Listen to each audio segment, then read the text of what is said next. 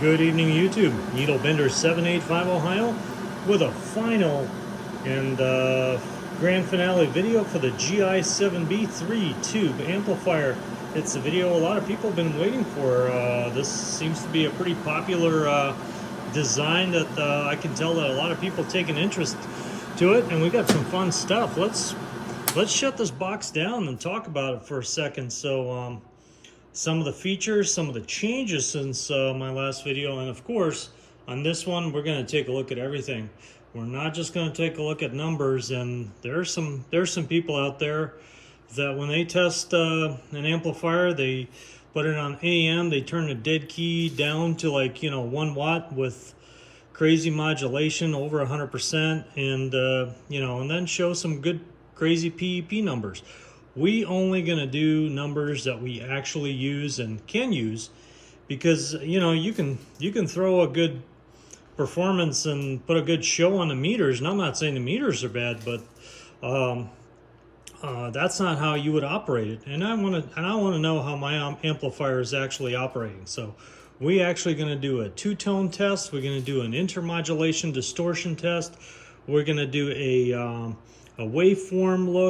We're going to take a look at the waveform. We're going to also test it on AM. We're going to test harmonics, and we're going to take a look at that meter as well.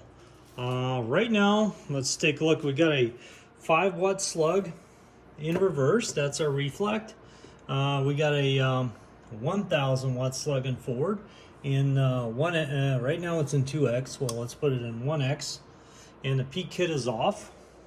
Got a Striker 955. Power is turned down on the dead key. A dead key, I don't know, 10 watts, 8 watts, something like that. And we got the let's see, that's a 3,000 watt coupler on there. So let's first go through the motions on how we fire this thing up. Now this thing is pretty warm. It's been running for the last hour or so. So when an operator comes in and wants to turn on the box, all he does is turns in this box. I'm sorry, this switch. There's an indicator right here and an indicator there, but this is indicating that there's no high voltage and you can't key it up. Obviously not keying up. Can't key it up. So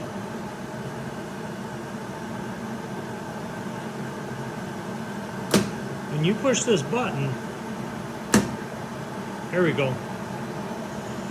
You got the light goes out and the amplifier is on. We're sitting at about 3,200 volts, and when you key up, it drops down to about 3,000, which is about the maximum for this tube, and kind of minimizes the amount of drive we need to do. So we're gonna let this thing warm up, and we're gonna talk about what this is right here. This is these the boards that I talked about before, and I'll show you one right here. This is your, obviously this one's not populated, but this is your variable bias. The variable bias is allows you to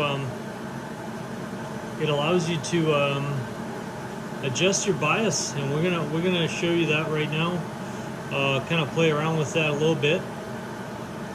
So right now we got nothing no signal going into the amplifier. The amplifier is, you need about 90 seconds before you actually put a signal into it. It does not mean you can't apply high voltage. You can sit there and you just cannot operate it. But mine does not have any kind of timer for that.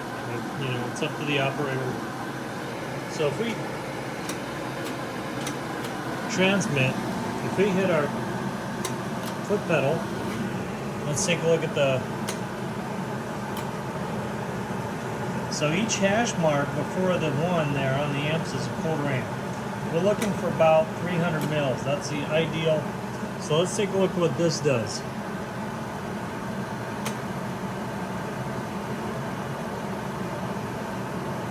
You can adjust it as you wish, and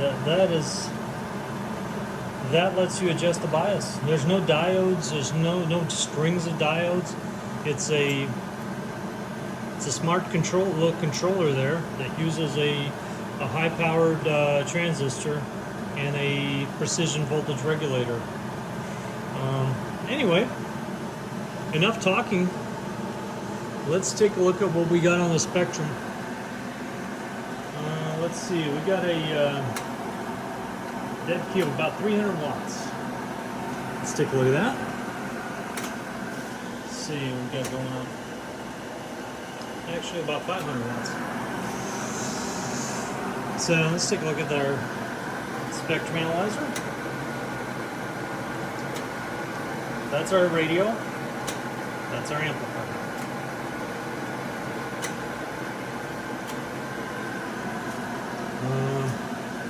See what we got. Audio.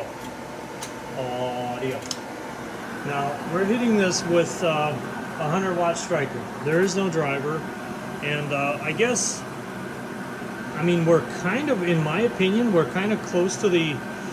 We're almost, I guess you can push this thing a little bit, but according to the spec sheet, we're pretty close to what this thing is expected to do. About 2100 watts is what I said on my video. You can play it, is what I was expecting. I'm getting that 2200 watts with just and I'm still getting 20-to-1 amplification. So these tubes are happy, I can tell you that. Now, I don't have a driver right now available, so, and I don't want to push these tubes hard. They're brand new, absolutely brand new tubes. So we're going to do everything with just 100 watts. And our two-tone test, so let's take a look at that.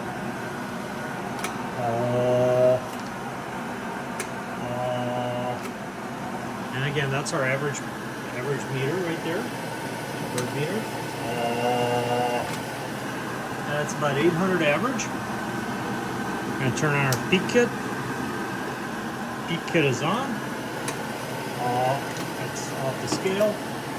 We got to go to 2x.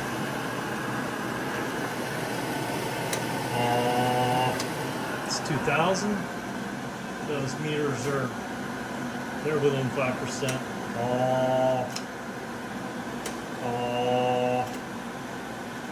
Audio. About 2200 watts. And again, barefoot striker 955. Now let's do something different now. Let's disconnect this. Let's disconnect this striker we got going on here, and we're gonna hook up a better radio. Oops. I wish I had more hands. That's the only thing I kind of wish in this scenario here.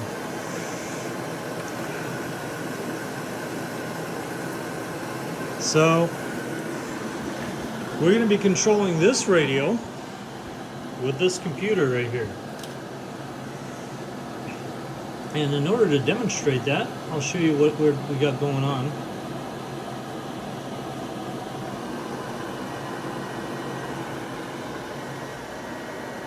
It says rating about 90 watts. So what we're going to do here is we're going to go to now we are on lower sideband, so this is a little bit more demanding application. We're going to go to,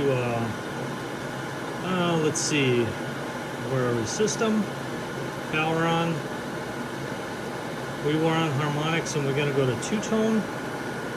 And there we are. We are in two-tone, and we're going to go to sweep. Let's see, sweep. And we're going to do 5 of those. Okay, we're going to need a foot pedal for that. We got to make sure we got everything turned on. Got our signal playing.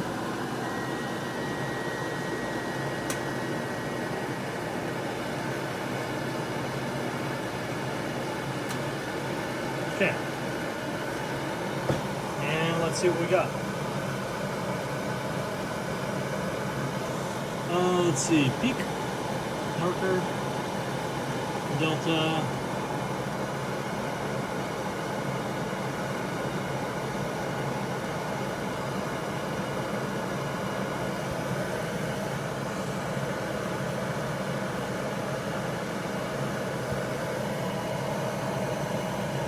$29. That is fantastic IMD performance right there.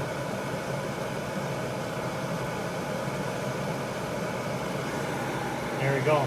Let's see what we were doing on power. power wise here.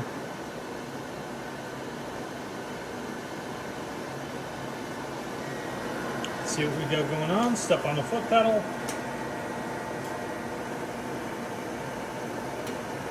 Still 2200 watt, almost 2200 watts on sideband.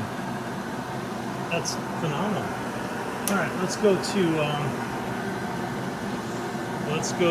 our scope here, and we're going to take a look at the waveform here on the oscilloscope.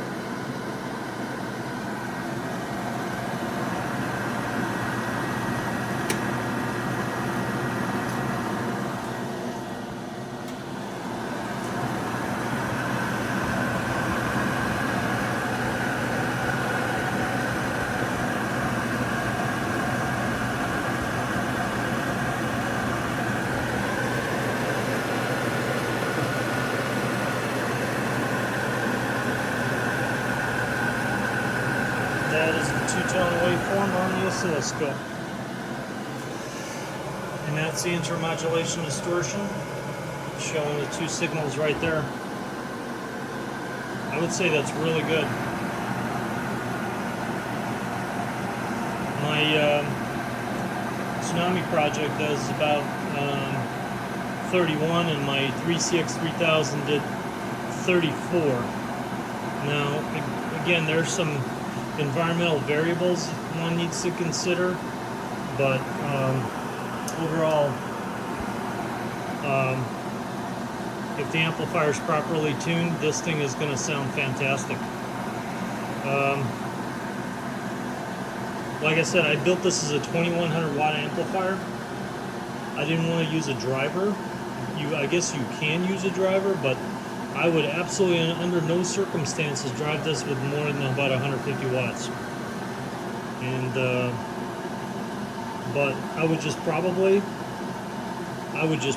use this with about 100 watts with just a barefoot radio and not even mess with a driver. That's just what I would do. But anyway, as you can see, this thing is working, and it's performing really well out there.